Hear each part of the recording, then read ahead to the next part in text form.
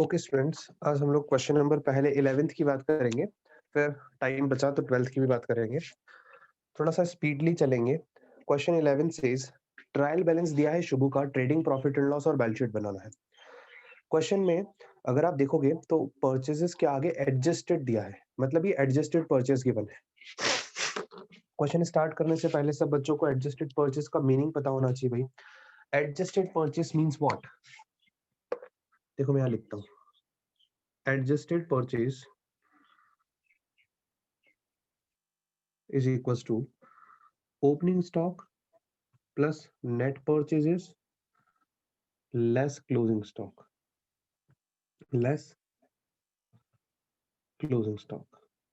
तो बेटा इस एडजस्टेड परचेस में ओपनिंग स्टॉक परचेजेस और ओपनिंग स्टॉक और नेट परचेसेस जुड़ा है और क्लोजिंग स्टॉक माइनस है। ठीक है, तो आप जब इसका ट्रायल बैलेंस बनाते हैं, क्वेश्चन नंबर 11, आप जब इसका ट्रायल बैलेंस बनाते हैं, ट्रेडिंग अकाउंट बनाते हैं, तो बेटा आपको छोटा सा ट्रेडिंग अकाउंट बनाना है, क्योंकि इस ट्रेडिंग अकाउंट में आपको ओपनिंग स्टॉक वगैरह नहीं लिखने होते हैं। मैं दोनों सेपरेट बना रहा हूँ ना, यहाँ लिख रहा हूँ जो ओपनिंग स्टॉक और नेट परचेस लिखा जाता है उसकी जगह पे टू एडजस्टेड परचेस, और उधर भी क्लोजिंग स्टॉक नहीं लिखना, सिर्फ सेल्स लिखना है बाय सेल्स रिटर्न हो तो लेस कर देंगे। क्वेश्चन में सेल्स रिटर्न मुझे देखना होगा, नहीं है, बाय क्लोजिंग स्टॉक नहीं लिखना। ठीक है, और यहाँ पे कोई डायरेक्ट एक्सपेंसेस होंगे तो वो जरूर लिखे जाएंगे। तो आप देखेंगे एडजस्टेड परचेस 2,07,500 गिवन है।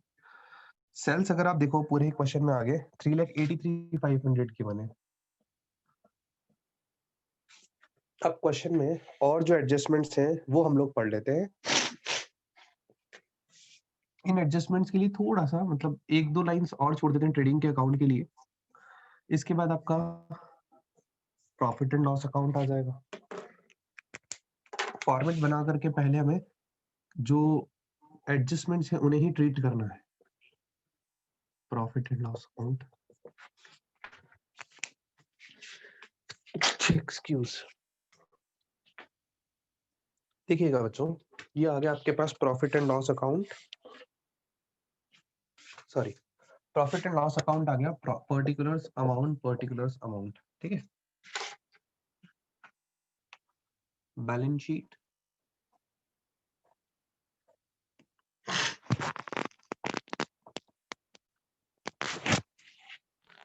फर्स्ट पॉइंट जो है वो डेप्रिसिएशन का है। डेप्रिसिएशन आपको पता है फिक्स्ड एसेट पे लगता है।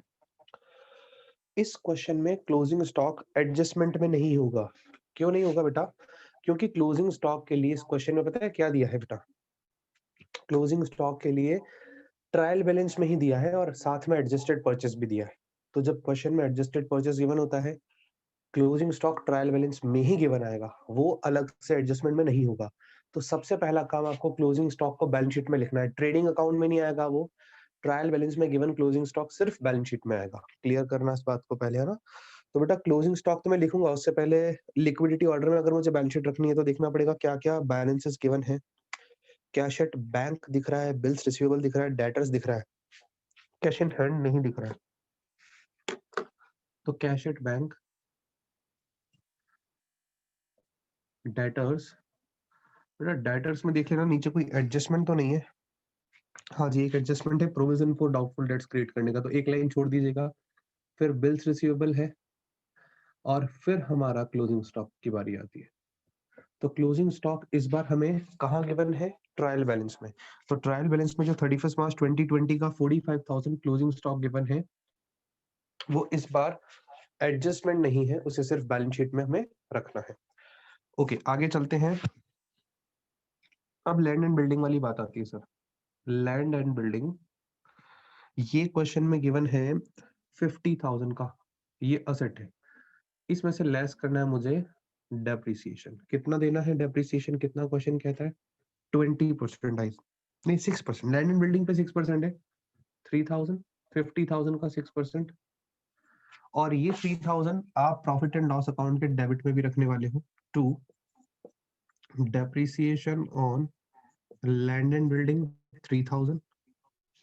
एक दूसरा डेप्रिसिएशन ऑफिस इक्विपमेंट पे लगना है। तो आप देखिए ऑफिस इक्विपमेंट कितने पड़े हमारे पास बैलेंस शीट।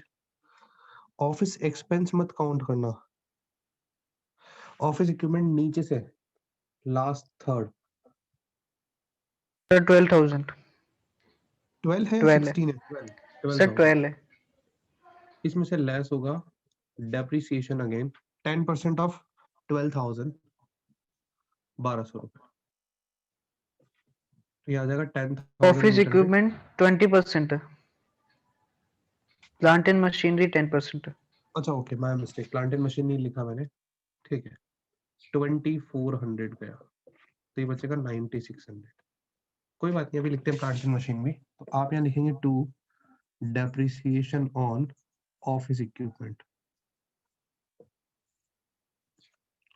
एक प्लांट एंड मशीन है, ये क्वेश्चन में कितना गिवन है बेटा, कोई बता दीजिए। 50,000। 50 है। हाँ, क्रॉस चेक करते रहना मेरे साथ, है ना। 50,000 पे लगा 10%। बेटा ये जो मैंने नीचे फॉर्मूला लिखा है, इसे रफ कर दूं क्या? एक बार आप एसएस ले लें एक बार।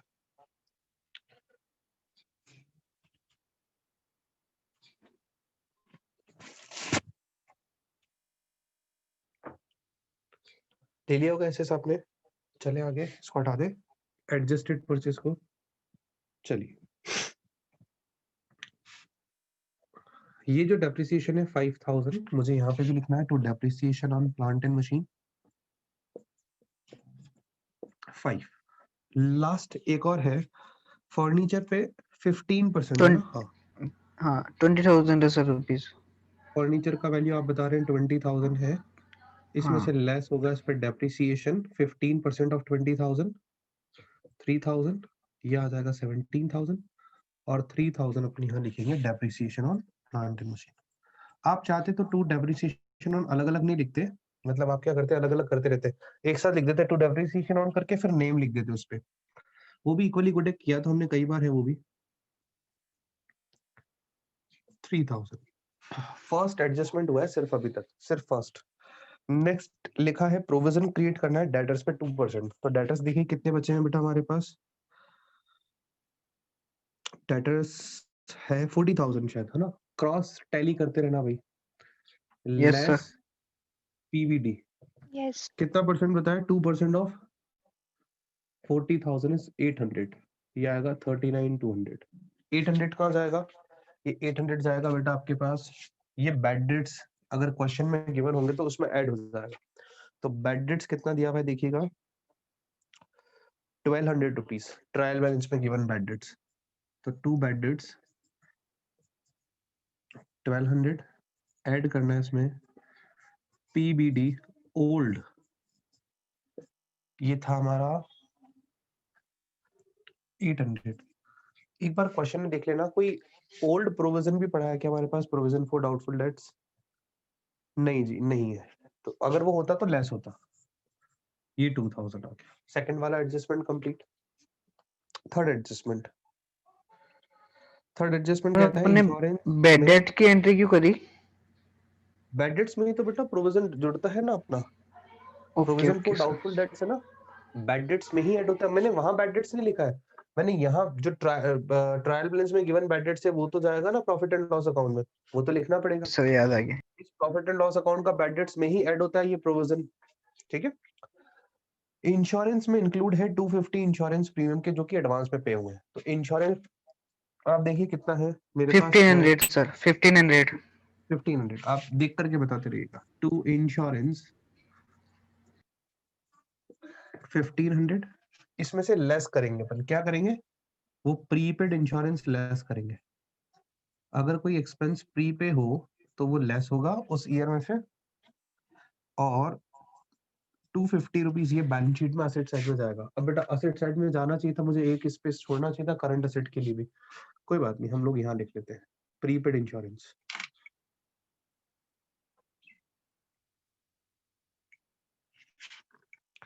टू 250। एक सेकंड, मेरा क्वेश्चन जो है वो थोड़ा सा आ गया।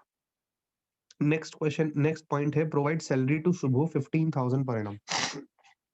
अब यहाँ पे अगर आप लोगों ने क्वेश्चन ट्राई किया होता तो डेफिनेटली आपको इस पॉइंट में डाउट आता। आपको 15,000 सैलरी देना है किसको? ऑनर को। शुभू तो ऑनर है। अब उस ऑनर को जब आप 15,000 सैलरी दोगे तो एंट्री क्या होगी? बहुत सिंपल सा, बिजनेस के लिए expense salary account debit to Shubho's capital, उसकी कैपिटल में चली जाएगी। इस पॉइंट पे स्टार मार्क करना। सैलरी हमें देना है तो टू, आपके पास क्वेश्चन में सैलरी देखो गिवन है क्या? पहले तो तो क्वेश्चन 39,000 है। कितना है बेटा? 39,000 है। 39। 39,000। हाँ, इस 39,000 को यहाँ लिखेंगे, ऐड करेंगे salary to Shubhu. Salary to, आप देखो शुभू है कौन? शुभू आपके बिजनेस का ओनर है। Shubhu, yes sir. इसको देना है 15,000। एक्चुअली ये प्रोवाइड वर्ड लिखा है, क्या लिखा है? प्रोवाइड सैलरी टू शुभू, यानी देनी है, दी नहीं है हमने। तो आप इसको आउटस्टैंडिंग भी ट्रीट कर सकते हैं। आउटस्टैंडिंग सैलरी ये देनी है इसको, शुभू को। अमाउंट है इसका 15,000, शायद 15। हाँ, तो इसको ऐड करेंगे 15,000 तो ये हो जाएगा टोटल 54।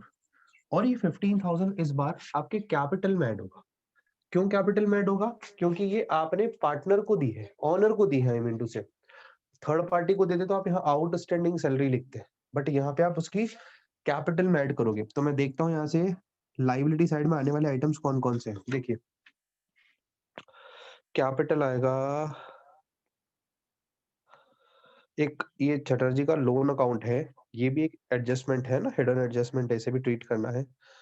कैपिटल के अलावा एक क्रेडिटर है और एक बिल्स पेबल है, दो, और एक्सपेंस पेबल भी है।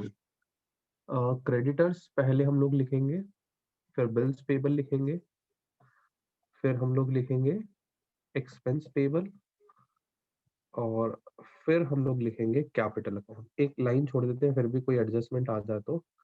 ये कैपिटल जो है बेटा, ये आपके पास क्वेश्चन में जो गिवन कैपिटल है वही लिखनी है। ये है 1,15,000। इसमें ऐड होगी इसकी सैलरी, जो सैलरी इसको मिली 15,000 वो इसमें ऐड होगी। क्लियर? जो लाइबिलिटी साइड में जाती है, लाइबिलिटी साइड में जा रही है, बस कैपिटल में ऐड हो रही है। इस चीज को थोड़ा सा ध्यान रखिएगा। Next is outstanding salaries 11,500। ये आउटस्टैंडिंग सैलरी अलग से भी है भाई, तो आप है ना ऐसे लिख देना 11,500, तो आउटस्टैंडिंग का नाम लिख देना, और ये लिख देना सैलरी टू शुभू। इसको लिख देना सैलरी टू शुभू लिख देना, क्योंकि इसने आउटस्टैंडिंग भी अलग से दे दी। तो 11,500 अगर मैं इसमें ऐड करूं तो 65,500, टोटल 65,500, और आउटस्टैंडिंग सैलरी अलग से शो होगी यहाँ पे।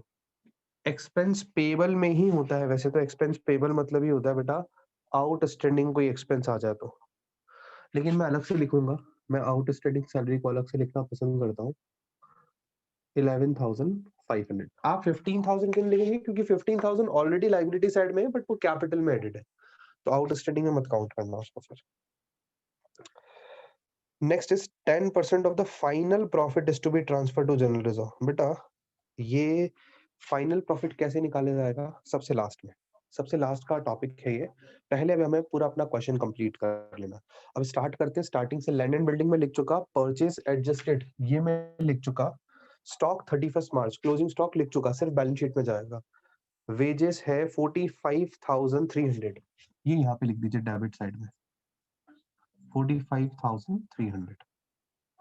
ठीक है, और इसके बाद है सैलरीज लिख चुका, ऑफिस के एक्सपेंसेस 15,400, ये भी यहीं डेबिट में जाएंगे to office expenses 15,400। Carriage inward है 1,200, ये डायरेक्ट एक्सपेंस है। Carriage inward 1,200। नेक्स्ट है कैरेज आउटवर्ड 2,000, ये कहाँ जाएगा बेटा? प्रॉफिट एंड लॉस अकाउंट के डेबिट में। बेटा स्पेस तो है नहीं, बट मैं नीचे लिख रहा हूँ, आप लोगों को देखिए शो तो हो जाएगा।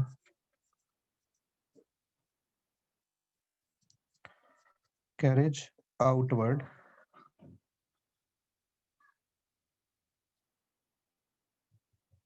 2,000, डिस्काउंट अलाउड और डिस्काउंट रिसीव। बेटा डिस्काउंट अलाउड 750 है। मैं इस पर्टिकुलर वाले कॉलम को हटा करके यहाँ पे लिख रहा हूँ भाई, क्योंकि नीचे स्पेस नहीं रहा। टू डिस्काउंट अलाउड, आपको पता है इनडायरेक्ट एक्सपेंस होता है डिस्काउंट अलाउड 750, और डिस्काउंट रिसीव यहाँ आ जाएगा। एक लाइन छोड़ रहा हूँ ताकि नेट क्रॉस प्रॉफिट आए तो वो यहाँ ट्रांसफर हो जाए। Discount receive is 1200। ठीक है, ट्रायल बैलेंस में से मैं सिर्फ देख देख करके लिखे जा रहा हूँ पॉइंट्स जो है। बैड डेट्स लिख दिया, सेल्स भी लिख दिया है, कैपिटल अकाउंट भी शायद मैंने लिख दिया 383,500। बेटा सेल्स में 383,500 था, और सेल्स, हाँ कैपिटल आ गया। चटर्जी का लोन अकाउंट है बेटा 25,000 का। आप यहाँ पे लिखेंगे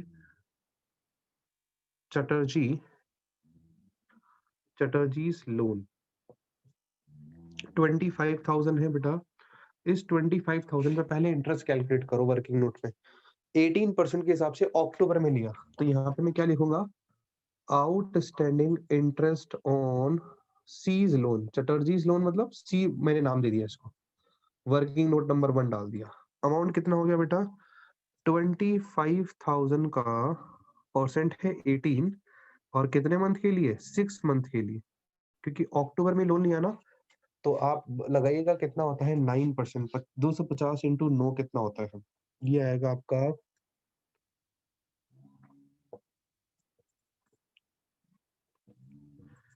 225, 2250। ठीक है, इतने रुपए का आपका इंटरेस्ट बनता है। अब बेटा ये जो इंटरेस्ट है ये हमें दे रहा था क्वेश्चन में, देखिए कहीं और इंटरेस्ट का जिक्र है क्या, नहीं है सर। तो ये इंटरेस्ट यहाँ आएगा, to outstanding interest on loan 2250, और ये 2250 इस स्ट्रेटजी के लोन में जुड़ेगा बिकॉज ये आउटस्टैंडिंग कहलाएगा। आईयूएल इंटरेस्ट ऑन लोन टोटल हो जाएगा 27,250। क्लियर है यहाँ तक। ये इम्प्लाइड एडजस्टमेंट हमने पहले एक बार अच्छे से इसका टॉपिक भी पढ़ा है। इंश्योरेंस में लिख चुका, कमीशन अभी नहीं लिखा। अब बेटा मैं थोड़ा सा इसको ऊपर बढ़ाया जा रहा हूँ। देखिए जितना मैं बढ़ा सकता हूँ उतना ऊपर बढ़ाया जाऊंगा मैं, जितना स्पेस मेरे पास अवेलेबल है फिलहाल। देखिए आप नहीं कर सकते ऐसा, क्योंकि मेरे पास तो बोर्ड है, मैं तो रफ कर सकता हूँ, आप रफ नहीं कर सकते। तो आपको इसीलिए स्पेस एकदम देख करके ही छोड़ना बेटा। मैं ऊपर चल रहा हूँ उल्टा चल के।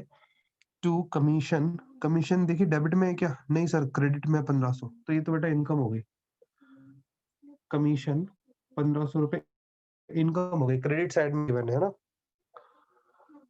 प्लांट एंड मशीन लिख चुका, फर्नीचर एंड फिक्सचर लिख चुका, बिल्स रिसीवेबल का अमाउंट 20,000, ये 20,000। ठीक है, डेटर्स लिख चुका 40,000 के। ओके, क्रेडिटर्स है 25,000 के, सन्ड्री क्रेडिटर्स 25,000। अब तो ऑलमोस्ट बैलेंस शीट के आइटम्स होने चाहिए। Cash at bank 16,000। ठीक है, नेक्स्ट क्या लिखा है, कैश एट बैंक के बाद है ऑफिस के इक्विपमेंट, वो भी लिख चुका हूँ। ऑफिस इक्विपमेंट आ चुके बेटा यहाँ पे। बिल्स पेबल 12,350 लाइबिलिटी साइड में लिख दिया। एक्सपेंस पेबल 3,300 ये भी लिख दिया। चलिए जी, क्वेश्चन कंप्लीट, कुछ नहीं करना है। अब सुनिएगा, पहले यहाँ जीपी निकालिए। ये जीपी बैलेंसिंग फिगर मैं बता देता हूँ कितना आ रहा है। जीपी का आंसर मैं देख करके लिख रहा हूँ 129,500। ये जीपी यहाँ ट्रांसफर होता है बेटा। अब ये जो है ना, देखिए ये मेरा पर्टिकुलर अमाउंट बन गया। आप चाहो तो इसको फिक्स भी कर सकते थे। ये प्रॉफिट एंड लॉस अकाउंट है मेरा। अब यहाँ पे बाय जीपी 129,500 का ना। अब बेटा सुनिएगा ध्यान से सब बच्चे। अब जो लास्ट पॉइंट था, हमें फाइनल प्रॉफिट का 10% जनरल रिजर्व में ट्रांसफर करना है। वो कैसे होगा, क्रेडिट साइड का टोटल मारेंगे। क्रेडिट साइड का टोटल आना 129,500 और 2,700। वेट कीजिए मैं मार्क कर देता हूँ।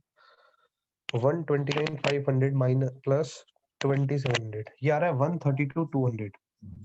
क्रेडिट साइड में से डेबिट साइड का टोटल माइनस करना है। मैं पूरा टोटल एक बार माइनस करता हूँ ना, आप देखिएगा।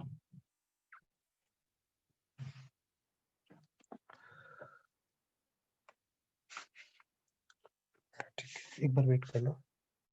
2250 750, 3000, 2400, 8000, 2000, 1250 और 65,500, हाँ, और 15,400 और 2000। ये आ रहा 1,02,550। इसे मुझे 132,200 में से लेस करना है। ये आ रहा है 29,650। मैंने इसका टोटल माइनस किया इसमें से, वो आया 29,650। इसका वर्किंग नोट 2 लिख लेगा यहाँ पे। जनरल रिजर्व का अमाउंट 29,650, इसे बोलते हैं डिविजिबल प्रॉफिट या अवेलेबल प्रॉफिट। क्रेडिट साइड में से डेबिट साइड लेस करना प्रॉफिट एंड लॉस अकाउंट का। इसका 10% ये आएगा 2965। इसे डालना है हमें जनरल रिजर्व में बेटा। तो याद रखना हमारे पास प्रॉफिट जो है वो आएगा, नेट प्रॉफिट जो आएगा वो इस 2965 को लेस करके आएगा। मेरे पास स्पेस नहीं है, वैसे आपको नीचे थोड़ा सा अगर दिख रहा हो तो मैं यहाँ पे ट्रांसफर कर देता हूँ टू जनरल रिजर्व, और इसके बाद नेट प्रॉफिट आ जाएगा 2965 और माइनस कर देंगे 2965 को आप, तो जो भी बचेगा वो आपका नेट प्रॉफिट होगा। वो नेट प्रॉफिट आपको यहाँ ऐड करना है, इधर ऐड नेट प्रॉफिट। ठीक है, मैंने चटर्जी के लोन से पहले स्पेस नहीं छोड़ा, मुझे छोड़ना था। चलिए कोई बात नहीं, ये चटर्जी का लोन, ये आप नेट प्रॉफिट जो भी आएगा मैं क्वेश्चन में से देख के बताता हूँ, 26,685 ये आपका नेट प्रॉफिट बैठेगा और आप टोटल मारिएगा, आपका क्वेश्चन का आंसर मैच हो जाएगा। ठीक है जी, ये हमारा क्वेश्चन नंबर 11 था। सब बच्चे एसएस ले लें। आज की क्लास में हम सिर्फ यही टॉपिक पढ़ने वाले हैं, यही क्वेश्चन करने वाले हैं। नेक्स्ट 2 क्वेश्चन आपके होमवर्क 12, 13 अब आप लोग ट्राई करेंगे भाई। और इस क्वेश्चन में कोई डाउट हो तो पहले पूछ लीजिए,